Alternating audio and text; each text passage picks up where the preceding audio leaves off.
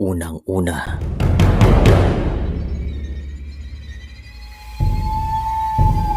ang ilan sa mga Pilipino ay mahilig sa mga kwentong kababalagan at mayroon akong ikukwento.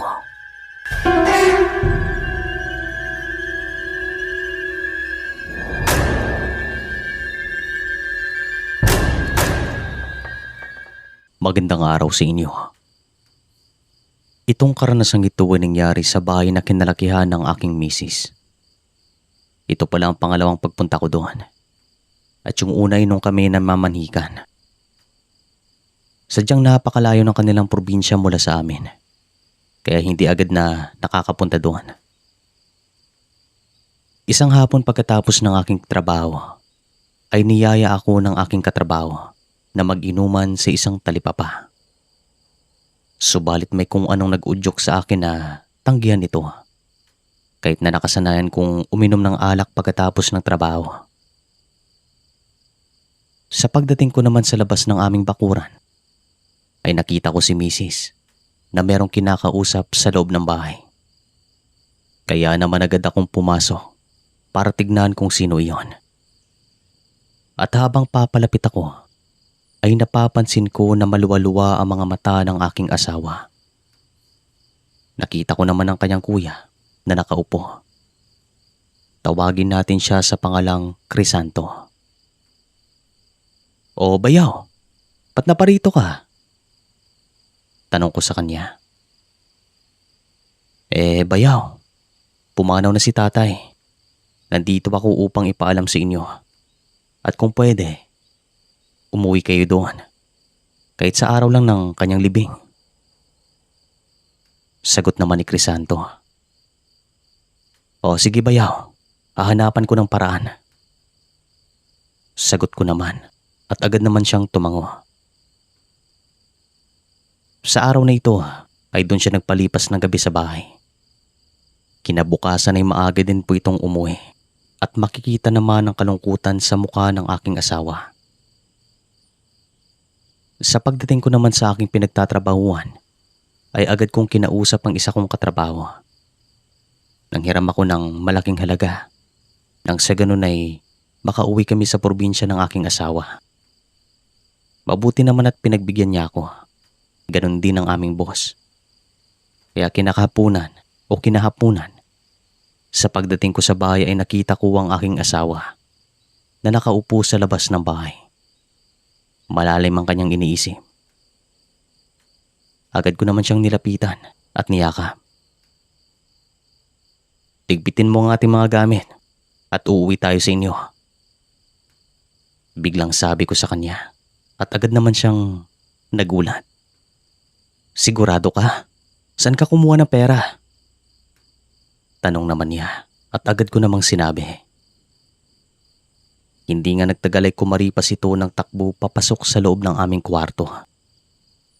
Nakita ko namang niligpit niya ang aming mga damit at nilagay sa dalawang malalaking bagay. Kaya sabi ko, mananatili kami doon hanggang sa mailibing ang kanyang tatay. Pabuti naman Sir Chris at pumayag ang aking boss. Kaya masaya din ako sa mga sandaling iyon. At siya nga po pala, wala pa po kaming anak sa mga panahong ito. Pero mahigit 5 taon na kaming kasado. Balik na po tayo sa kwento. Kinaumagahan, bandang 5:00, ay ginising ako ng aking asawa. Talagang excited po ito. Agad naman akong bumangon at kumain ng almusal at maya-maya lang ay nilisan na namin ang baryo. Matapos naman ang mahigit 10 oras na biyahe, ay narating namin ang kanilang baryo. At habang naglalakad kami papasok doon, ay tumutulo ang luha ng aking asawa. Tila ba meron siyang naaalala. Sa pagdating naman namin sa kanilang bahay, ay agad naman kaming sinalubong ng kanyang mga kamag-anak. Masaya ang mga ito sapagkat umuwi kami doon. Agad naman kaming pumasok sa loob ng bahay para pag-usapan ang mga nangyari kay tatay. Ito pong ama ng aking asawa Ayon kay nanay, ina ng aking asawa, bago pa man daw pumanaw si tatay ay nagkaroon ito ng isang malubhang sakit. Bigla lang daw itong lumitaw. Dagdag pa niya, talagang maraming mga kaibigan si tatay sapagkat meron siyang tindahan sa bayan. Nire-respeto din ng kanilang pamilya at totoo naman po ito. Ayon naman sa isa nilang kakilala, bago daw magkasakit si tatay ay meron siyang nakaaway sa kanyang tindahan. Kakilala din naman nila ang kanyang nakaaway. Subalit hindi nila alam kung saan ito nakatira. Basta tuwing hapon daw ay napapatambay siya doon at umiinom ng tuba. Ayon naman kay nanay, malakas ang kutob niya na kinulam si tatay. Malabo naman daw na agad itong mamatay. Wala daw itong anumang bisyo at palagi rin siyang kumakain ng mga gulay. Maliban dito, mahaba daw talaga ang buhay ng mga kamag-anakan ni tatay. Nasa lahi nila ito.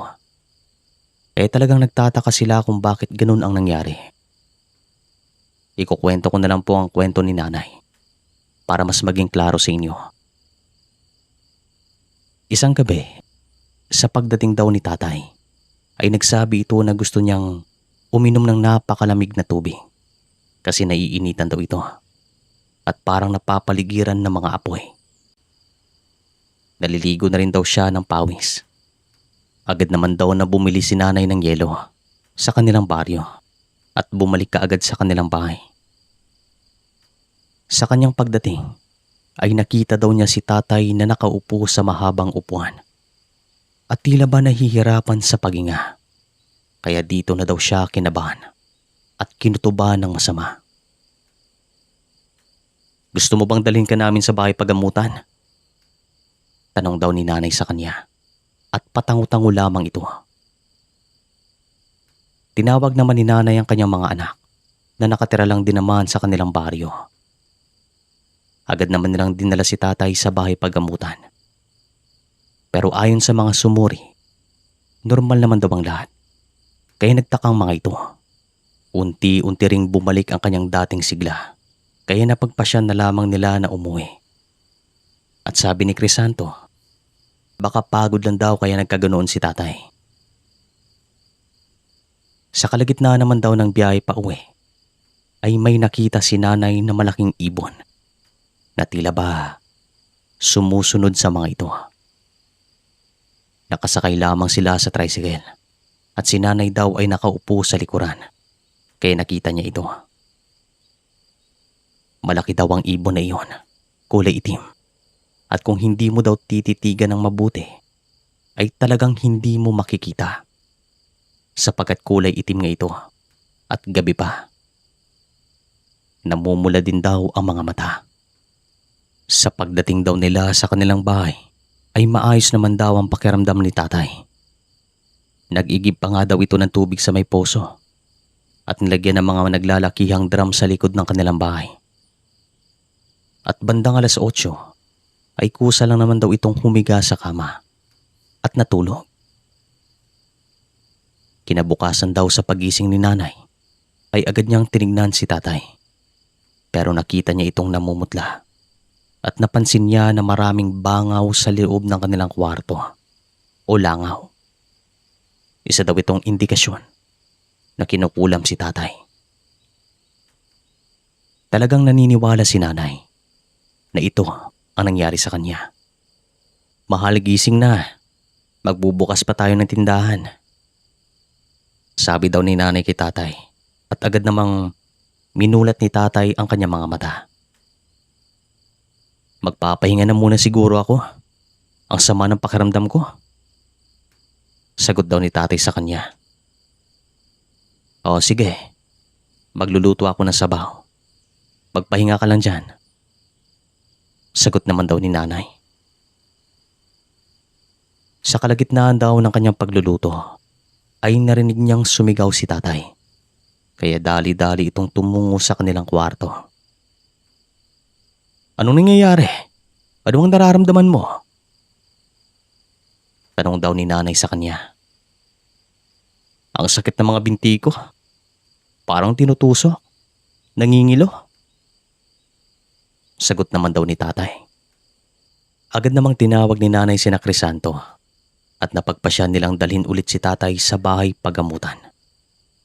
Subalit ganun pa rin. Normal naman daw ang lahat at unti-unting bumalik ang kanyang dating sigla. Dito na naginala si nanay kaya din nila ito sa isang manggagamot. Pero hindi pa man sila nakakarating doon ay bigla namang nangisay si tatay at nawalan ng buhay. Wala naman silang ibang pinaghinalaan kundi ang kanyang huling nakasagutan. Napakabait daw ni tatay at hindi naman daw ito naghahanap ng away. Kaya nagtatakang mga ito. Fast forward na po tayo. Isang araw bago ang kanyang libing ay abala kaming lahat sa paghahanda ng mga pagkain. Marami na rin ang mga nakikiramay sapagkat ito ang huling gabi na masisilayan nila si tatay. Bandang 2:00 ng madaling araw ay nagsiuwian na ang mga bisita. Pero meron pang mga dumating. Ang isa dito ay lalaki na sa tansya ko ay nasa edad na 50 pataas. At ayon kay nanay, siya ang lalaking nakasagutan ni tatay. At siya ang kanilang pinaghihinalaan. Pero nang dahil wala silang matibay na basihan, ay pinapasok pa rin nila ito. Pero meron na pala silang plano. Magandang gabi, Mare. Pasensya na at ngayon lang ako nakapunta dito. Sabi ng lalaki kay nanay. Oo nga pare. 10 oras na ng gabi. O sige, pasok ka dito sa bahay. Sagot naman ni nanay at agad namang pumasok ang lalaki. Sa kalagitnaan naman ng kanilang pag-uusap ay napansin ko na sina Crisanto at ang ilan sa kanyang mga pinsan ay may mga dalang walis tingting at mga sanga ng manunggal. Isinabit nilang mga manunggal sa pinto at bintana ng bahay. Kaya nagtataka ako kung bakit nila ginawa iyon. Kasi ang mga ito ay pangontra sa aswang. Kaya napaisip ako na baka ang lalaking ito ay pinaghihinalaan din nilang aswang. Nagulat naman kami sa mga sumunod na nangyari. Nang mapansin ng lalaki ang kanilang ginagawa, ay nakita namin na natarantay ito at hindi mapakali.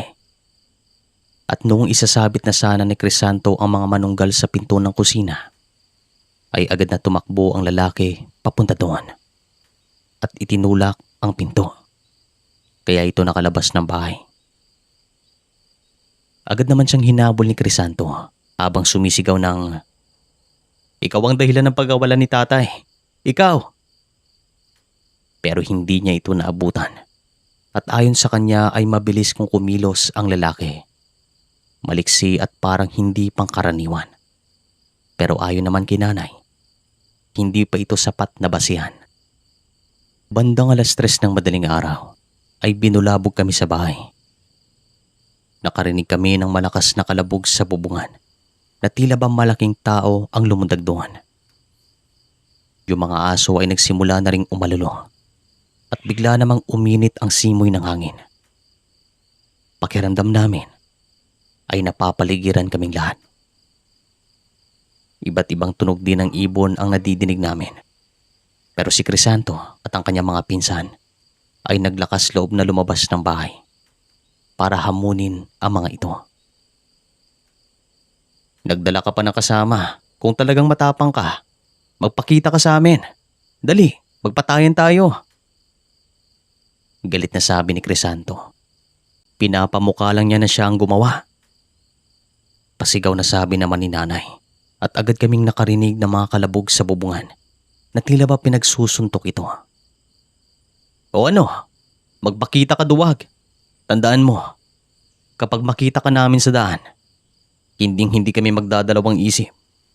Kahit magpatayan pa tayo. Dagdag pa ni Crisanto. Maya-maya lang ay huminto din naman ang mga pagpaparamdam. Pinag-usapan naman namin ang mga nangyari at ang ilan sa mga kapitbahay ay pumunta doon kasi narinig din nila ang sigaw ni Crisanto. At isa pa, Ang kanilang mga aso ay hindi rin mapakali.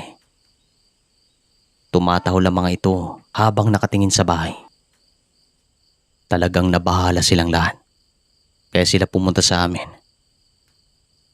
Hindi na lamang kami natulog noon at nang mailibing na si tatay, ay dito na kami bumawi sa pagtulog. Kinagabihan naman ay meron ulit nagparamdam, pero hindi na tulad nung una.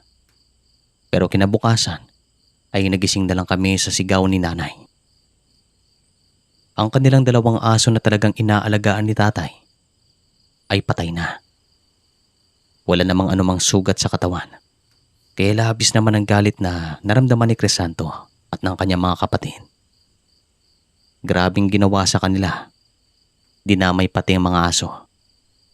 Kaya nagtanim talaga ito ng galit sa lalaking iyon. Wala naman silang ibang kaaway, kundi siya lang. Malabo naman daw na ibang tao ang gagawa nun. Mabait ang kanilang pamilya. Walang anumang gulo. Kaya nire-respeto sila sa kanilang baryo. Makikita ko naman sa aking asawa na pinalaki siya ng maayos ni nanay at tatay. Makalipas sa isang araw, ay kinakailangan na naming umuwi sapagkat meron nga akong trabaho. Parang gusto ko pang manatili doon ng aking asawa. Kaya ang ginawa ko, binigyan ko lamang ito ng pera at sabi ko, umuwi lang siya kapag gusto na niya. Maghihintay ako doon sa bahay. Pumayag ito at yun nga, umuwi ako na mag-isa. At makalipas ng 5 araw, ay umuwi din naman ang aking asawa. At sabi niya, hinanap daw talaga nila ang lalaking iyon. Kasama ang mga kaibigan ng kanyang tatay. Pero hindi nila nakita. Galit na galit daw ang kanilang pamilya at gustong magiganti. Pero magmula nun, ay hindi na nila pa nakita ang lalaki. Pinuntahan din daw nila sa kanyang bahay, pero ayon sa mga kapitbahay ng lalaking iyon, ay wala na siya doon. 1 linggo na nila itong hindi nakita, kaya wala. Sir Chris, maraming salamat po sa inyo. Dito ko na po tatapusin ang kwento. Hindi mo na lamang babanggitin ang aking pangalan. Maraming salamat.